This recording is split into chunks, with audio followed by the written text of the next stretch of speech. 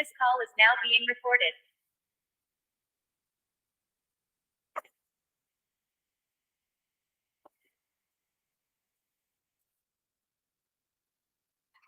So today we are going to start chapter number 5, class management. These are the topics that we will cover. There are 4 groups of yoga participants and techniques to deal with difficult students, seating arrangements, instructions, discussion. Let's see. Students surely cause trouble when they are students rarely cause trouble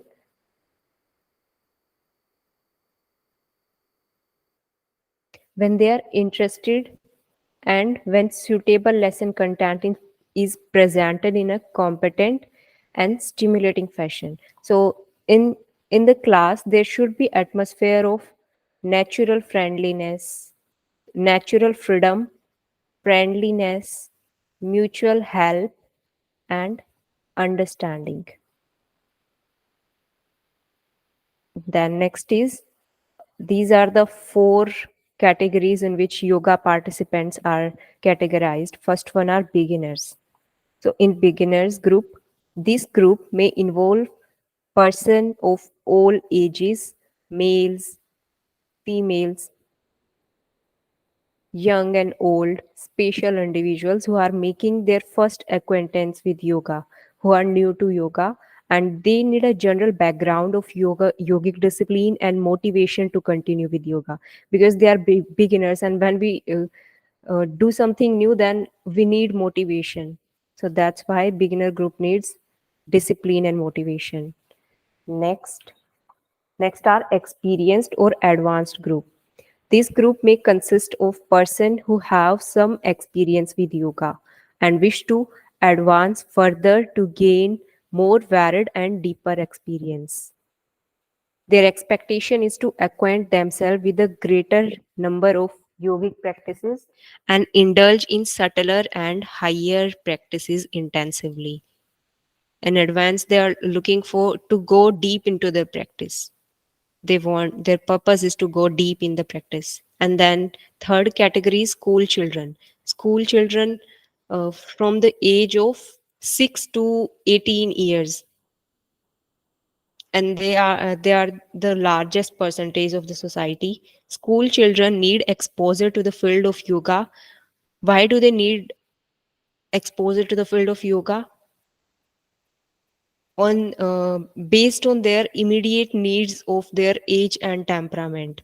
So this is in this category, uh, yoga should be based on their immediate needs and temperament. Another category is, someone is entering.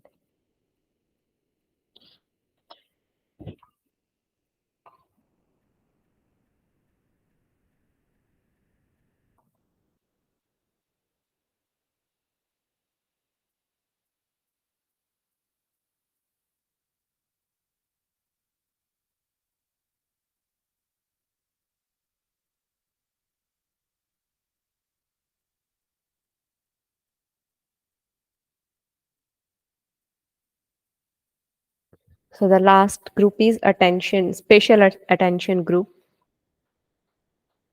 In this group, these individuals can vary on the basis of age, like children and adults, on the basis of sex, like males and females, and on the basis of problems of health and abnormality or handicaps. All these individuals need special attention in a homogeneous group, but not in a heterogeneous group, which is possible in a homogeneous group. So for these people who need special attention, then this is only possible in the groups with in homogeneous group.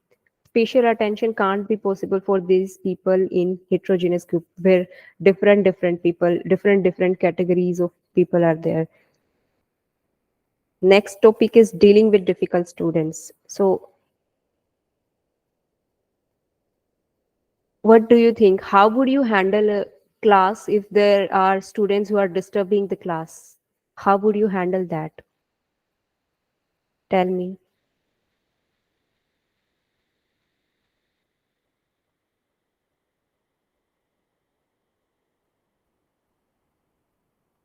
You can answer.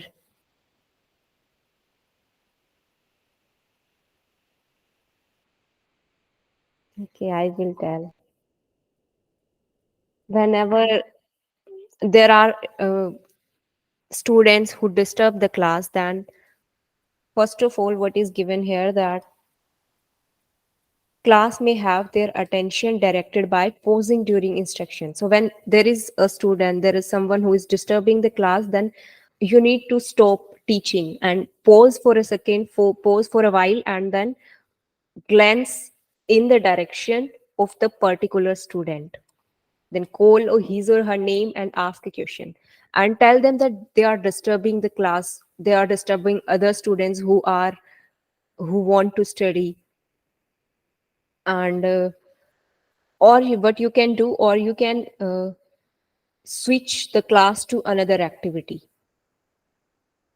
It may help to separate people who talk perpetually, but if these students continue to cause disturbance after, even if after few warnings you have given them, even if they keep disturbing the class, then send them out of the class for a short period. Why for a short period? Because if you call them back and you tell them that what type of behavior you expect from them, then this this allow them to improve their behavior. So send for once and then call them back.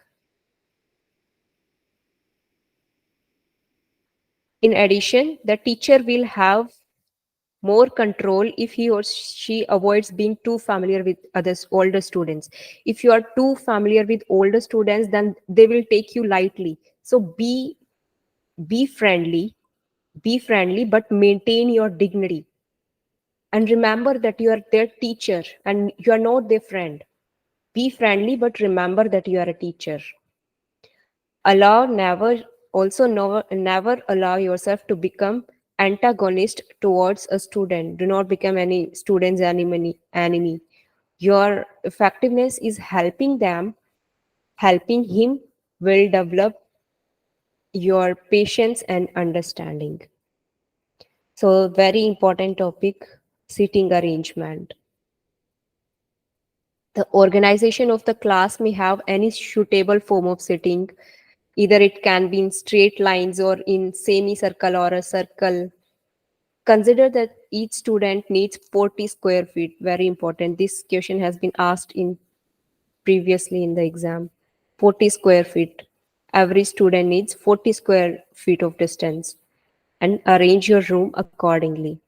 The seat of the teacher should be such that teacher is visible to every student. As you can see in the pictures, that in all of these seating arrangements, teacher is visible to other all the students. Teacher is in the center, then these are the students. Teacher is in the center, visible to every student. Then in these also, teacher is in the center and visible to all these, in these also. If group is large, if group is large, platform is necessary for the teacher. And platform, if the platform is revolving, then it would be better. For large group, there should be a platform so that teacher is visible. And this is the size of mat that is given in this book. 3 feet, 6 feet into 3 feet. 6 into 3. Either you use students use the mat, or they use a cloth on the carpet. The size of that cloth should be 6 feet into 3 feet. Very important. Then next is, so we already learned about large group. There should be a platform for large group, and when a platform is used, a revolving one is ideal. So, and now for small group. This is for small group. For small group, A semicircle is more suitable as it allows every student to see the teacher clearly. In semicircle, for a small group, this is the semicircle of students arrangement, and this is the teacher. So there should be semicircle arrangement for small group, and for large group, there should be a platform. The hall or room where the class is conducted should be well ventilated. It should be well lit so that not only is the class able to see the teacher, but the teacher should also have a clear view of the class when he is teaching from the platform. So not only students should be able to see the teacher, but teacher should also be able to see the students. Uh, so if teacher needs to correct students, or teacher need to know that how students are doing, then for this teacher, students should be visible to the teacher. The practice room or hall should be as quiet as possible and free from any disturbance. Next is instructions. So instructions can be given before the practice, before the demonstration, during the practice or during the demonstration, and after the practice. So the instructions that are given after the demonstration, these are generally for corrections. If students if the yoga participant is doing anything wrong, then teacher correct by giving after correction, after instructions. Initial stage instructions. In initial stage, formal instructions are the best. And these initial instructions prevent students from adopting incorrect habits. After instructions, the following guidelines can help the teacher to convey instructions clearly.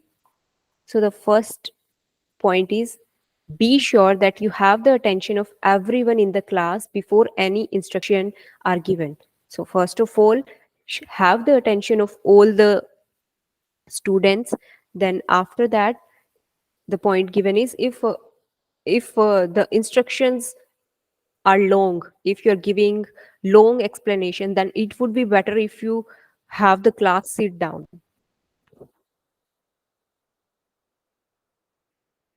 and if necessary closer to the teacher. Then in next point, make your instructions brief, perfectly clear. Instruction should be brief, perfectly clear, and spoken slowly and distinctly. Next, the instruction should be given for only one thing at a time. So not too many instructions at a time. Instruction should be given for one thing at a time.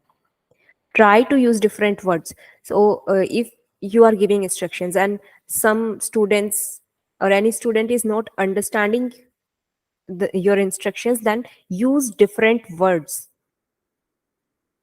Use different words and expressions so that you can catch the attention of the students. And when you need to repeat the instruction, use different words. Use different words in repeating the instructions. Describe the technique and procedure of any activity before the students are actually asked to practice. Next one is discussion. So when is discussion given? When a teacher discuss with the students, when this part takes place, before the teaching or after the teaching?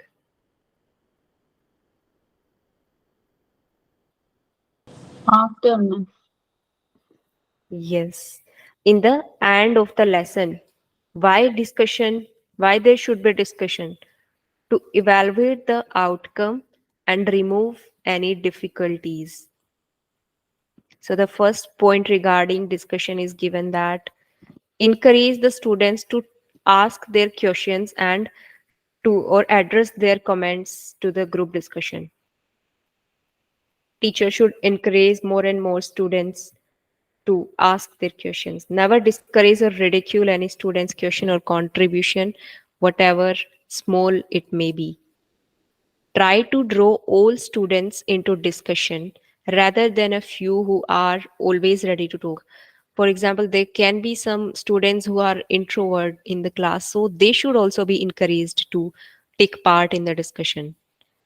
It is wise to limit the discussion to a few important points.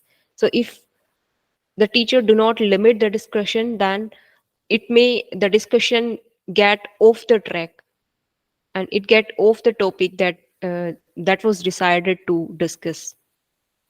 The teacher is expected to know more than the students on the points of discussion. If the teacher is not prepared, then teacher should not hesitate to say that I do not know about this answer and I will tell you tomorrow. These are the points of discussion. The next point is remember. Remember that young children are not mature enough to participate in a group discussion. So, a different approach is necessary in encouraging them to share their experience. We should encourage young children who are not mature enough. We should encourage them by trying different approaches to share their experience. Exercise some control over the time spent on questions. Steer the discussion to important and relevant questions. Do not sacrifice valuable time on those points that are not important. So teacher should keep these points in mind. Extra class practice should be encouraged. And if students have any problems when they are practicing, when they're doing extra class practice, then teacher should help them, and they should students should tell that what problems they are facing, and teacher should help them in all those problems. So this was the chapter number 5. Do you have any problem in this chapter?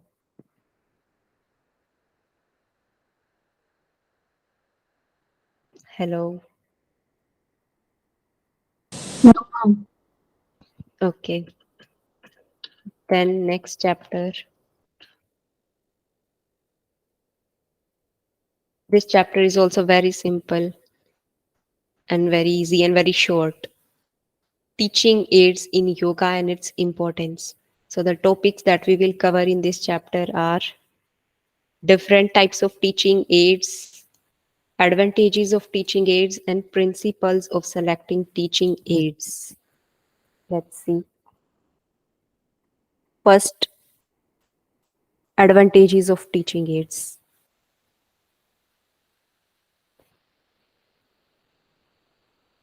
So when we use teaching aids in the class, then these aids are the powerful means, starters, and motivators to understand and learn the subject matter. The learner learns the lesson quickly and effectively. So these teaching aids help the students to learn in a better way, in an easier way, and they can help teacher also to understand, to teach them in more effective way. Teacher can convey whatever teacher wants to convey through these aids. It keeps the students busy and they start thinking.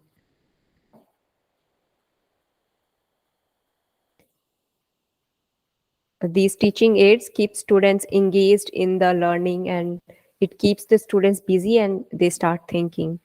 The knowledge imparted through this media remains for a longer time.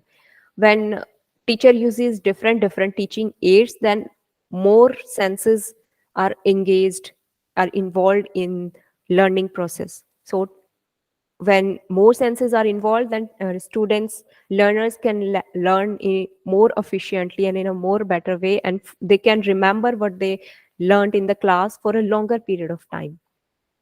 The desired objective of the lesson is quickly fulfilled. So by using teaching aids, objective of the teaching is quickly fulfilled. It gives the teacher a better opportunity of conveying meaning.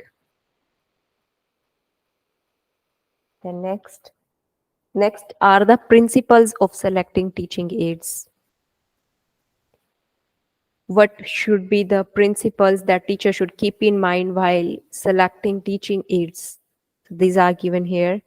Teacher should be familiar with the aid. If teacher do not know how to use that particular aid, then how the teacher is going to use it?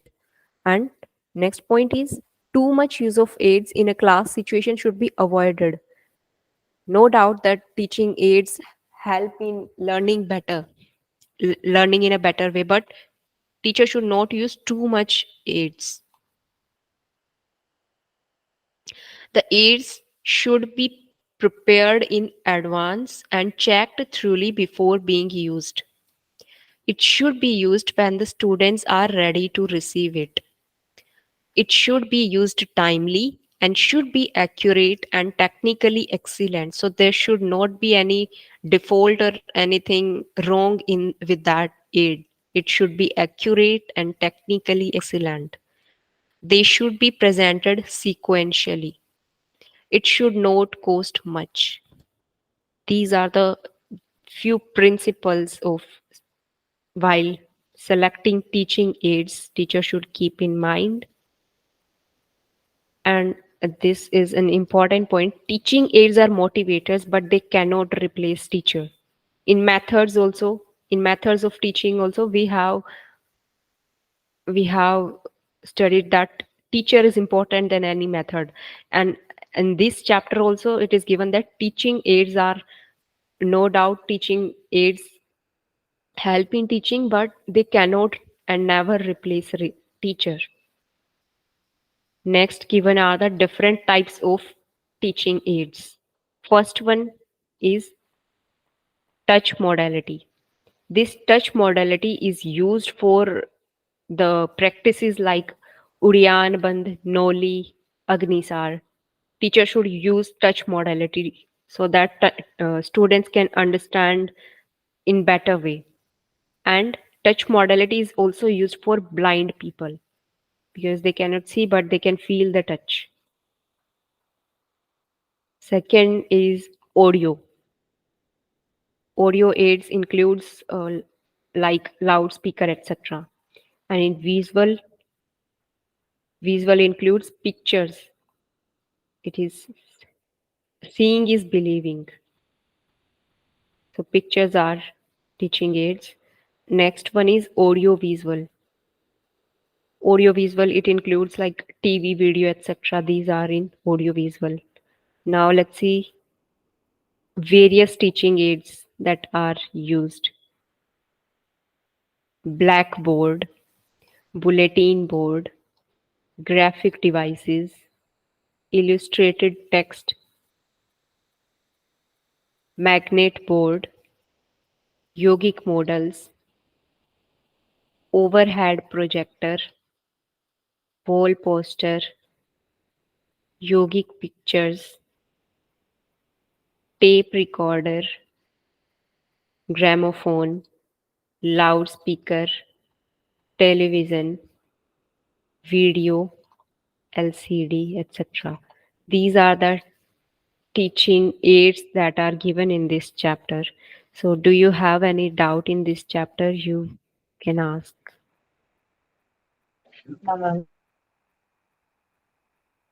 We still have time. We can finish the next chapter also if you are ready. Yes, sure. Okay. This is chapter number 7, Art and Science of Questioning in Yoga Teaching. So, first, I want to ask from you that why is it necessary in learning process or in teaching process to ask questions? To clarify and to perform better, like whatever practice To means. understand the level of initially to understand the level of understanding of the student, ma'am. Right. Like these are introductory questions that we ask to understand the background of the student. So let's see the objectives of teaching first.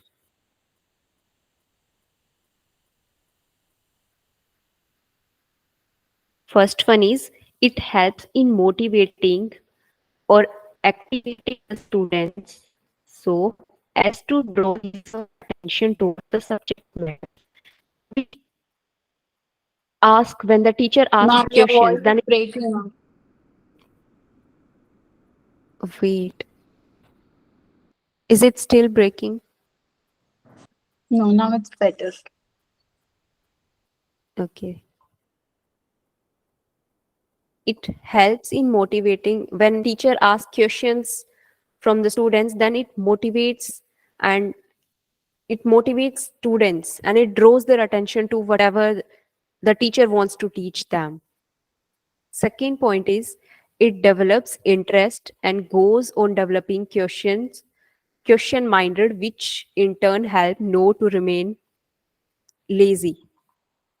So when question teacher asks questions, then it makes the students, it creates interest in students, they want to learn, and the learning process becomes interesting and not lazy. Teacher understands the ability of the child in which he takes interest. So through questioning, through asking different questions from the student, teachers can learn that this subject interests this student and this subject is not interesting for this student. Fourth is teachers understand whether the child has understood his teaching or not. So when we give exams, or when teacher asks questions at the end after teaching the lesson, then it makes the and the student gives the answer, it makes the teacher to know that whether whether the child has understood whatever the teacher has taught or not, or if yes, the student has learned, then the teacher can study further, can teach them further. It is to add new knowledge with the old. It allows the child to think and to develop the habit of to think. So when a child is asked questions, then he has to use his mind. In seventh point, it is to understand the difficulty of the child. Through asking questions, teacher can understand that where the child is facing difficulty in the learning process. Eighth, if the answers are well received by the teacher, he then can think that his teaching is successful. Ninth is it is to help the students at various phases of learning. No matter whatever phase of learning the student is in, it helps in it helps the student in every phase of learning. It also helps to develop the mental faculty, because a student is using brain to think about the question, to think about the answer. So it helps to develop their intellectual capacity and their mental faculty. Next are what the basic characteristics of a good question. Now we have understood about the objectives. Now we will study about the basic characteristics of good question, how a question should be. First point is question should be asked according to students' age and sex. Ask harder questions to mature students and easier to the poor students. Because if you ask hard questions to poor students means uh, those who have not much knowledge about whatever they are learning, or they learn slowly, then those are the poor students. Why uh, why easier questions should be asked to poor students? To Because motivate, to encourage them. Yes, because it would encourage them. Very good. Third point is language of the question should be easy. Teacher should not use harder words. Next point, all questions should be as such which motivate the child. So the purpose of question should be to motivate child and not to demotivate them. If someone do not know the answer, then do not demotivate them. Encourage them to learn about that. Next is question should be thrown to all and not to any particular students. This will make all the students to engage in the class. Question should be meaningful and relevant to the topic. There is no point of asking irrelevant questions. Ask the question politely. Do not attack any student in particular to harass him her. So the purpose is not to harass the students, but purpose is to motivate the child, encourage them. Do not ask the question quickly. Give the student time to think and then interact. These are the basic characteristics of good question. Next is do not ask repeatedly the question. Change the sentence when repeated. When you are repeating the question, even first you should not ask repeatedly the same question. But if you are repeating the question, then change the language of that question. Change the sentence when you are repeating. Same we have to do when we give instructions. If someone do not understand in the first time, then just change the language that uh, we read in the first chapter, in the previous chapter, in instructions. Next point is do not ask yes or no type questions, for it could be vague. So asking yes and no type of questions is just a waste. Next is do not ask the question only for the sake of questioning. Next is do not ask incomplete questions. Question should make sense and it should be complete. So if it's not complete, then how would the student will give answer if they do not understand it completely? It should be short, not lengthy. Should we move to the kinds of questions? Yes, ma'am. Okay. So there are 7 kinds of questions given here. First one are introductory questions.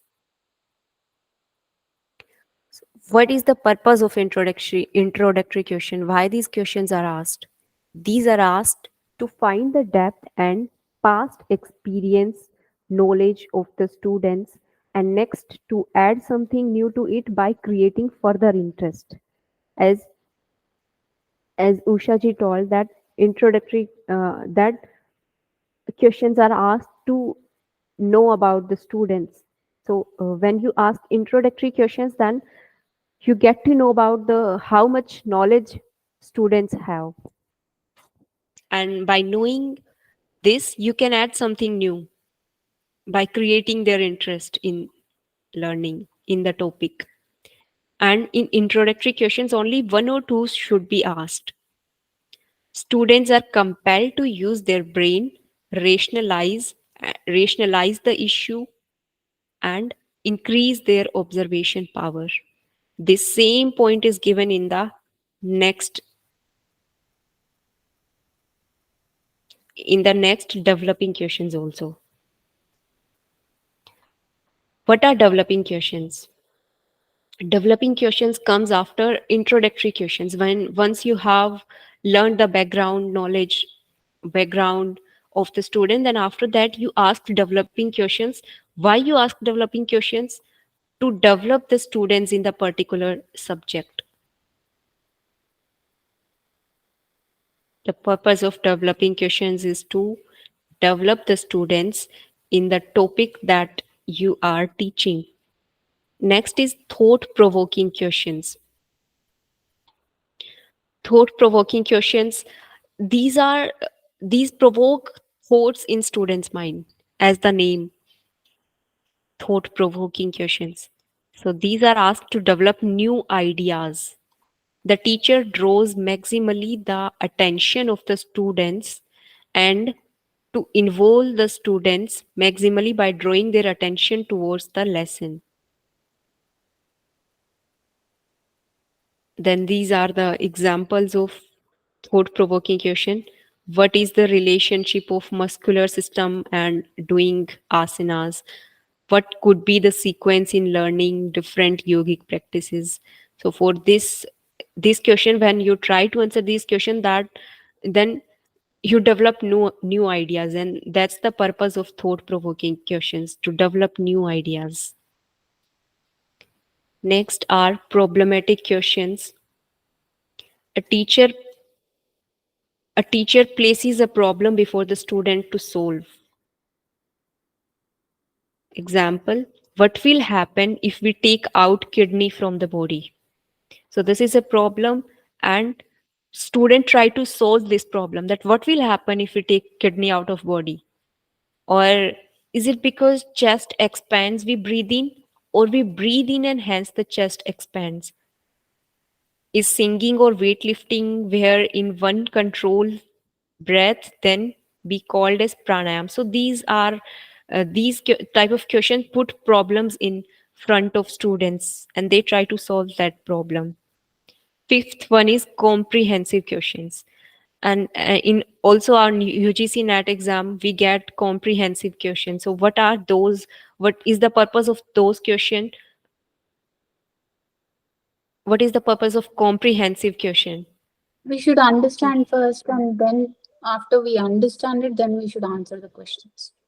Yes, and We should basically be able to grasp what it is and then answer. yes, these comprehensive question make us grasp the meaning of that whole paragraph that is given, and how well we can answer the questions that are given. We can only answer those questions in comprehension when we have grasped the meaning, the feeling of that passage author wants to convey. So in the same way, these comprehensive questions are asked to give good understanding about the learning. This type of questions will gradually increase the grasping power of the students about the topic, and these increase the clarity of thinking. Next are comparison questions. One learns the lesson effectively by way of comparison. When we compare two subjects, for example, when after finishing our Hatyogic textbook, we are going to study comparative study. So what's the point of that comparative study? To understand the lesson effectively, because when we compare two things, we learn it, we understand it more effectively, and thereby differentiating two from each other. So these are comparison questions when we compare two things. For example, if I ask that what is the difference between yogasanas and exercises, so this is a type of comparison questions.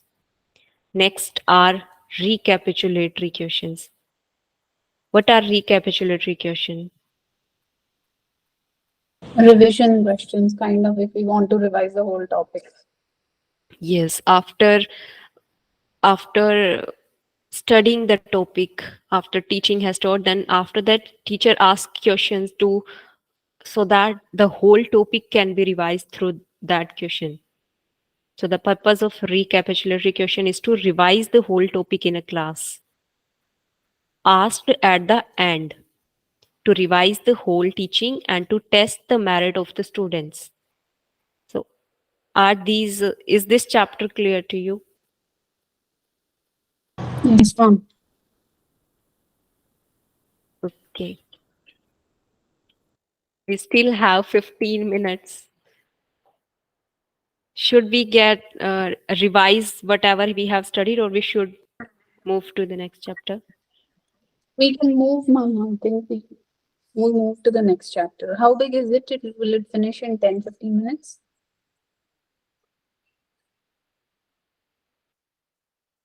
It will in maximum 20. We can Yeah, we'll finish finish this. it. Yeah, we'll finish Okay. it now. Okay then. Lesson planning. These are the topics that we are going to cover in this chapter.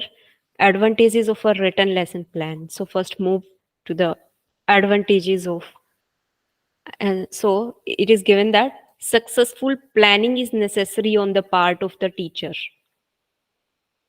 If a teacher plans everything, then he has a sense of clarity in him and he has confidence. He can teach students. He can get the he can fulfill the objectives of teaching. So planning is necessary. Characteristics of a written lesson plan. These are given here. First one is it helps the teacher to organize his thinking. When teacher writes and teacher plans, then he have a sense of clarity, and this helps to organize his thinking. It increases the teacher's confidence and prevents him or her from losing direction during the lesson. It helps the teacher to keep the teaching procedure and objectives in mind. It ensures availability of necessary material and saves last minute rush to provide advocate arrangements and anxiety caused by such a situation. So when teacher know that a teacher has already planned and he knows very well that these are the aids that he will need, these materials will be needed in the class, I have to do this and that. So he have planned everything that then uh, then he will then he will do arrangements in advance and there would be no rush, and hence there will be no tension. It serves as an aid for future plans. Teacher can do future planning also. If he has planned his for example, if you have planned that you will study this and this, you have to study this and this today, so for future also you can plan that from in this week I can finish this, in this month I can finish this. So in this way a teacher can do future planning also. It serves as an aid for future plans. Next is essentials of good lesson plan. It should be prepared shortly before use. It should be prepared shortly before use and not long before use. For example, there is a yoga class tomorrow that you have to give and you have planned a month ago. There is no point of preparing it this long before. It should be specific and detailed. It should take cognizance of individual differences should be kept in mind while planning a lesson. It should include statement of objective of the lesson, statement material needed, description of method, procedures to be used, provisions for linking previous and future plans to be used, provisions for comments by the teacher after the lesson. So these things should be included in the lesson plan. Next are very important, very, very important. These are the steps in conduct of a yoga lesson.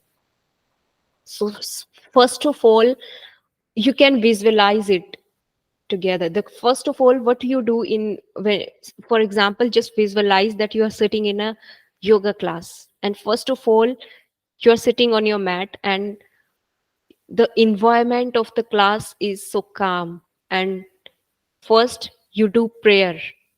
Then after that, after doing the prayer, the teacher asks you to open your eyes and teacher starts introducing you to the practice.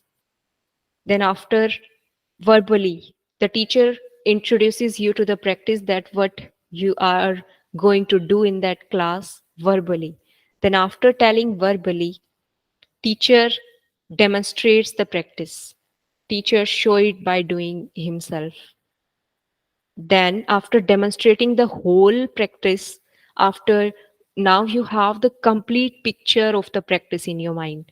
Then after that, after demonstrating, teacher analyzes the practice. He breaks it down, the whole performance into parts. Teacher breaks it down.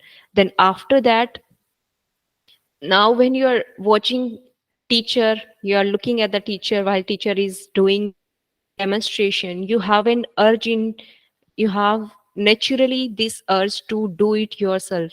You want to do that asana the teacher was demonstrating. Now you start demonstrating, and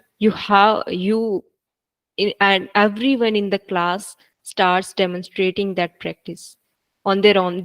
You are just doing differently, whether you are just seeing that whether you can do this or not. Then after that, there is group practice. After that, teacher asks that all of you start, all of you practice together. And now in the group, you can see that where you lack, what are the things that you are doing wrong while practicing. And now teacher is correcting mistakes of all those students who are doing it wrong. After that, teacher is giving instructions. Then after that, teacher again repeats the demonstration. So if there are some students who need any easier version of the practice, then teacher is demonstrating it in another way, in easier way. And then students again repeat the practice, and then teacher again repeats the demonstration. Then this is end of the class, and at the end you take the rest. Teacher just ask you to lie down in shavasana, and you are done with your practice. So these are the 12 steps. Now let's see these steps one by one. First one is setting the atmosphere. So first, what we do, we set up the environment of the class. After setting up environment, introduction to the practice. What is done in the introduction to the practice? Verbally, teacher gives information about what you are going to do in the class, and this is intended to create interest and motivation among the students. Depending upon the knowledge of the teachers about the practice and his or her skills in presenting the information, the teacher can make this part more interesting and motivating. So while introducing, it depends on the teacher's knowledge, teacher's information. The teacher can make this part interesting and motivating. The next step, demonstrating practice. After telling about the telling about the practice verbally, the teacher practically doing it, demonstrating it, giving the complete picture of the practice through whole demonstration. Teacher is demonstrating the whole practice. Can take the help of audio-visual aids, but it is more impressive, practical, and desirable that the demonstration is staged by the teacher itself. Because when students see that teacher is practicing, the sense of respect for teacher increases in the students, and they are more inspired to do it. There is more appreciation and respect for the teacher generated through live demonstration. Fourth is analyzing the practice, analyzing the whole performance into shootable parts. So first, in the previous step, the teacher showed the whole demonstration, and now this is the next step. Because if the process is if the practice is complex, then we need to break it down into parts. Then in next step, students individual time practice time.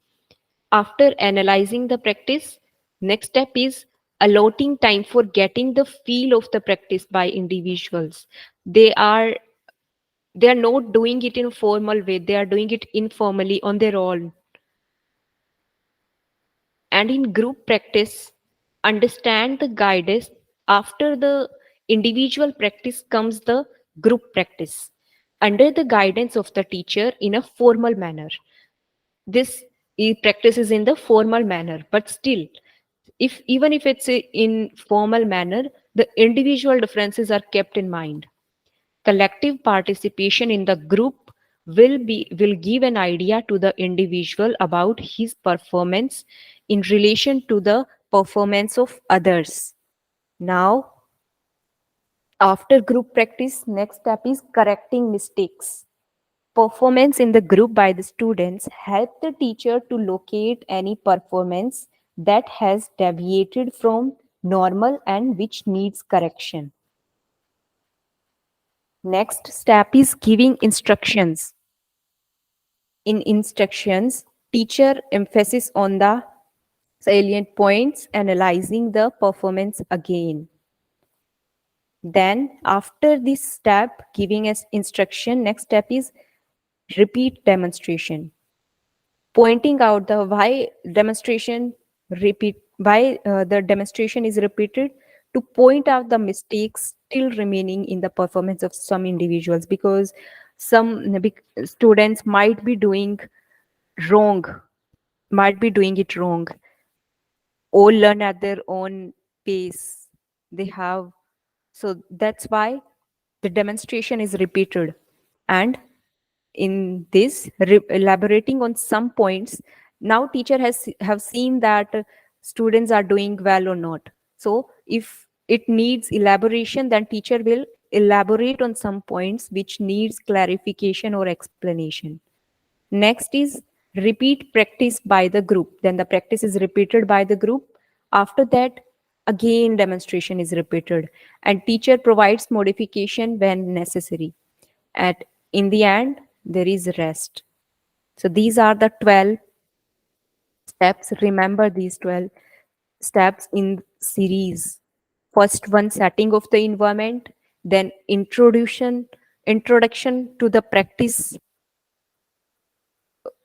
and then demonstrating practice. Teacher is demonstrating. After that, analyzing the practice. Analyzing is break down into parts,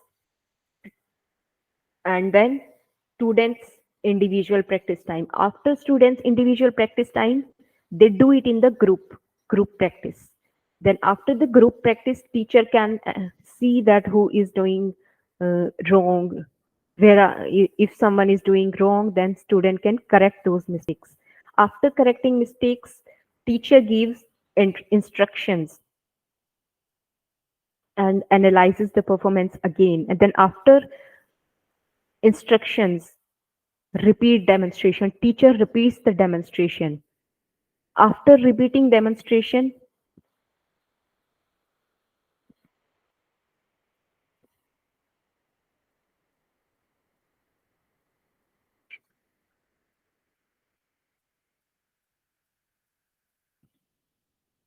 after repeating the demonstration, then repeated practice by the group. Then after repeating practice, repeated demonstration. Then at the end, there is rest. So now the next is conducting a lesson on meditation. This is the last topic. And in this topic, there are the characteristics of meditation that are given.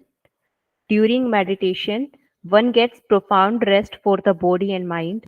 Oxygen consumption can be lowered during 20 to 30 minutes of meditation to a degree which can be reached after 6 to 7 hours of sleep. Meditation can compensate 20 to 30 minutes of meditation can compensate 6 to 7 hours of sleep. And heart and respiratory rates typically decrease in meditation. There is a shift to parasympathetic dominance, where we are in sleep and digest state. Our parasympathetic dominance is there. There is a lowering of anxiety at this time, because our parasympathetic is active, then it means that there is lowering of anxiety. During meditation, EEG shows an alert drowsy pattern, and in this pattern there are high alphas and occasionally theta wave patterns, as well as unusual pattern of swift shift from alpha to slower, more sleep-like frequencies, then back again. Meditation has been physiologically termed as wakeful hypometabolic state. Which state? Remember this, wakeful hypometabolic state. Then after this, when practiced regularly, it appears that meditation alerts behaviors suggesting number of beneficial changes. So, but there should be some precautions that should be kept in the mind. The cautions. What are those cautions? That all people cannot practice meditation for longer period of time, and there are some people who have issues of anxiety, depression, or stress. So if we give them yoga session for longer period of time, then that's harmful for them. So how should we give, what should be the method of teaching meditation? The method of teaching meditation should be, we should create meditative mood in the class. As we know that we cannot teach the deeper meditation, the samadhi. So for this we can create the conditions for to enter into the meditation, and that is meditative mood. How to create that meditative mood? We can do it by prayer or by chanting any mantra, or it would be beneficial if we do not directly teach them meditation, we do not mechanically teach them meditation, but we inculcate the meditation in the practice that we are teaching. For example, when we are teaching asanas, then we can ask the students to be aware of their body, be aware of the movements they are doing, and to control their breath. In this way, meditation can be included in the practice, with the practice. So the best way to teach meditation is to teach it by inculc- by inculcating it into the practice, with the practice, and do not and then do not we do not need to separately teach the meditation. In this way, when we teach it in this way, then it gives more benefits and no harmful effects. So this is the last topic, self-evaluation by the teacher. So at the end, teacher should also do evaluation. There should be an appropriate change in the activities and the manner of introducing them. Teacher should ask himself whether he puts enough time and thought on planning lessons that have purpose and progression, whether his students respond enthusiastically, whether he has had a new experience in teaching, whether he could give more time and attention to the students who lag behind. A progressive teacher, so all these questions a teacher should ask from himself. A progressive teacher should always experiment with his teaching and constantly evaluate it to become a lively teacher. So these are the points for self-evaluation by teacher. This is the end of our book, Yogic Practices for Yogic Teaching Methods for Yogic Practices.